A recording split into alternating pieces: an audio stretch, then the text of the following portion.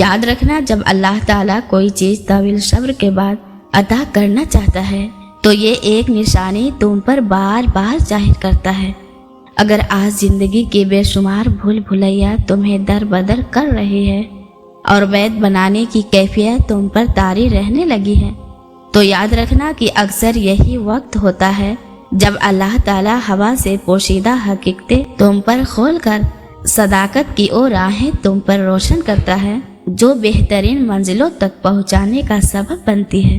نبی کریم صلی اللہ علیہ وسلم نے فرمایا، جو لوگوں کی ناراضگی میں اللہ تعالیٰ کی رضا کا طالب ہو تو لوگوں سے ملنے والی تکلیف کے سلسلے میں اللہ تعالیٰ اس کے لیے کافی ہوگا، اور جو اللہ کی ناراضگی میں لوگوں کی رضا کا طالب ہو تو اللہ تعالیٰ انہی لوگوں کو اسے تکلیف دینے کے لیے مقرر کر دے گا۔ جانتے ہو وہ کون سا صبر ہے جس کا اجر دگنی رفتار سے تم تک پہنچتا ہے؟ ایسا صبر جس میں شکوہ نہ ہو، جس میں تھکاوٹ ہو جانے پر بھی تم چلنا نہ چھوڑو، جس میں تکلیف ملنے پر بھی چہرہ مسکرانا نہ چھوڑو، جس میں خالق کی طرف سے جواب محسوس نہ ہونے پر بھی حمد و ثنا میں کمی نہ آئے۔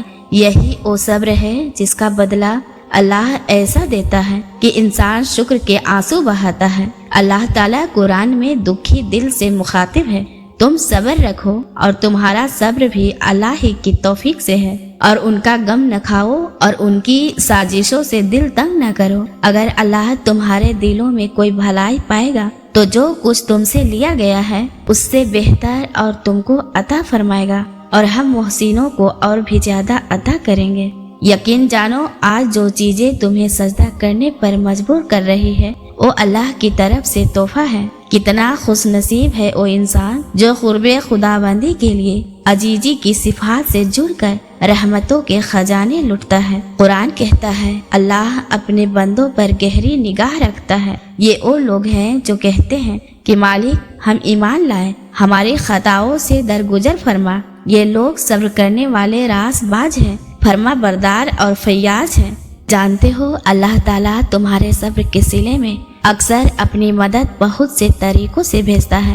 کبھی وہ کسی انسان کے ذریعے سے تم سے رابطہ کرتا ہے، کبھی وہ تمہارے دل میں بار بار خیال ڈالتا ہے، اور کبھی کسی کے الفاظ رب کی طرف سے انعام میں ہوتے ہیں جو تمہیں مایوسی کے اندھیرے سے نکال کر روشنی کی طرف ہجرت کرواتے ہیں۔ اور جب کبھی تم محسوس کرنے لگو کہ دل میں بے چینی بڑھنے لگی ہے اور مایوسی تم پر چھانے لگی ہے تو سمجھ لینا کہ یہ اس بات کا واضح اشارہ ہے کہ وہ مہربان عنقریب اپنی عطا کا ظہور اب کرنے ہی والا ہے۔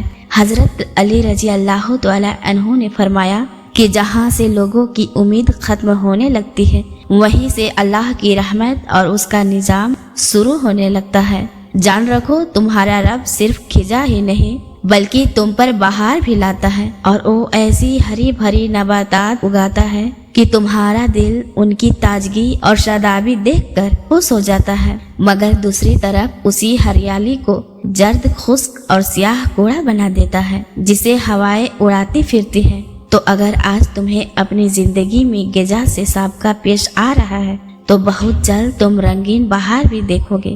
حقیقت تو یہ ہے کہ اگر کوئی تقویٰ اور صبر سے کام لے تو اللہ کے یہاں ایسے نیک بندوں کا اجر مارا نہیں جاتا۔ اللہ تعالیٰ قرآن میں خود فرماتا ہے، صبر کر لو، میں صبر کرنے والوں کو پسند کرتا ہوں، میں ساری باتیں سنتا ہوں اور خوب باخبر ہوں۔